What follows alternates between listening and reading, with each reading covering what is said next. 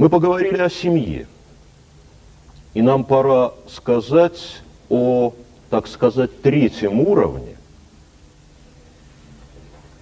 где человек уже входит в социальный мир, а именно в мир своих сверстников. Наверное, первая попытка контакта, продуктивного контакта со сверстниками, это ясно, она происходит под руководством взрослого. Первые контакты со сверстниками, игровые контакты.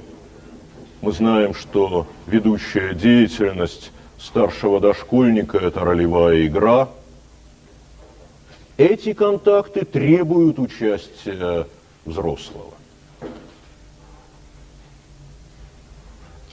И лишь в подростковом возрасте именно сверстники становятся той социальной средой, которая способствует на этот раз личностному развитию человека.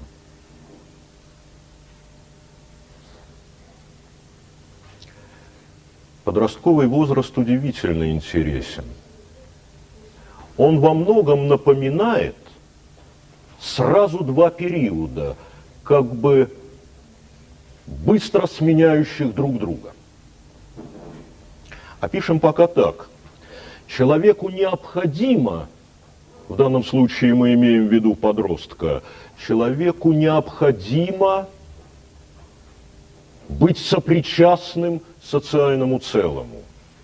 Ему, как будущему самостоятельному «я», необходимо побывать в коллективном «мы».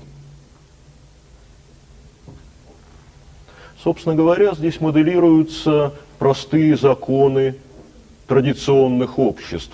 Собственно, общество живет по законам «мы» и «они». В одном из экспериментов, о котором упомянем коротко, это эксперимент американского исследователя Шерифа. Знаменитый эксперимент о групповых взаимодействиях в подростковом летнем лагере. Дети приехали в летний лагерь. 2-3 дня их не разбивали на отряды, и между ними сложились какие-то, пусть поверхностные, дружеские отношения. Спустя 2-3 дня исследователи предпринимают следующее. Они, вообще говоря, смысл исследования таков. Какие факторы повлияют на образование группы?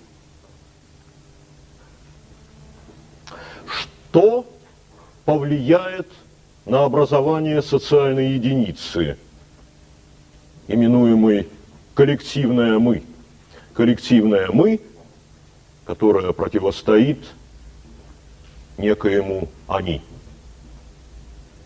Так вот, оказывается, что роль такого фактора может выполнить, ну, вообще-то говоря, все, что угодно, любая деталь. Детей проверяли, всех детей в летнем лагере, проверяли, скажем, на остроту зрения. И сообщили им о том, что теперь их разделили по данному признаку. Создали 2 отряда детей с различной остротой зрения. Интересно, что на самом деле это было не так. На самом деле их разделили совершенно случайным образом. И к проверке на остроту зрения это и не имело никакого отношения. Но само сообщение о том, что есть какой-то признак, различающий 2 группы, влияет на образование и консолидацию этих групп. Далее Шериф говорит о том, что такой консолидации, а через некоторое время и взаимной вражде, способствуют любые соревнования, скажем, спортивные соревнования. И оформляется группа тогда, когда у нее появляется собственная символика, собственное коллективное название,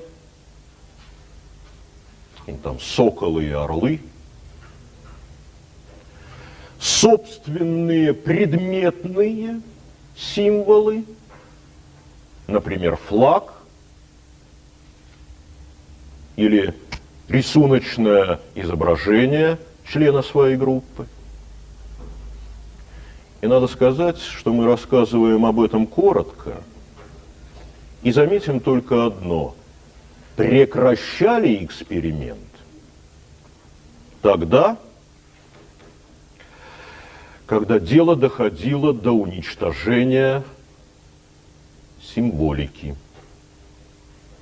Взаимная вражда начинается с того, что символ коллективного «мы», например, некий флаг или герб моего противника, ритуально уничтожается.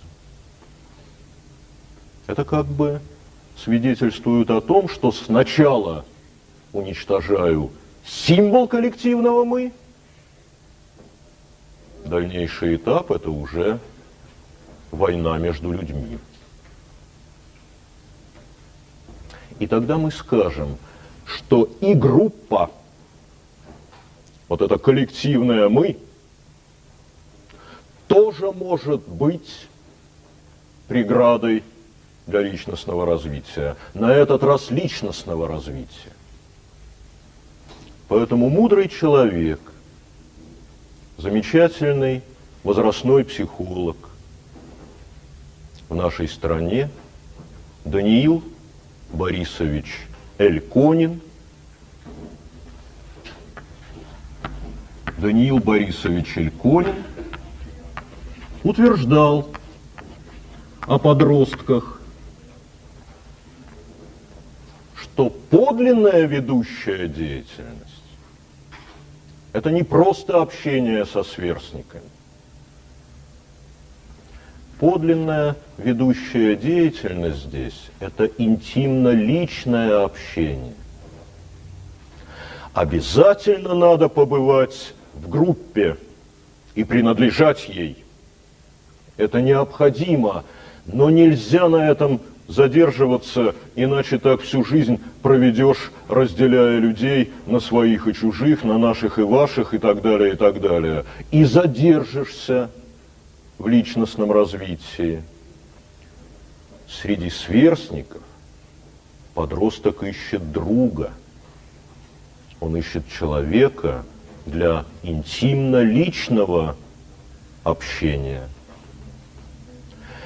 На фоне коллективного «мы» создается возможность второго рождения личности, собственного «я».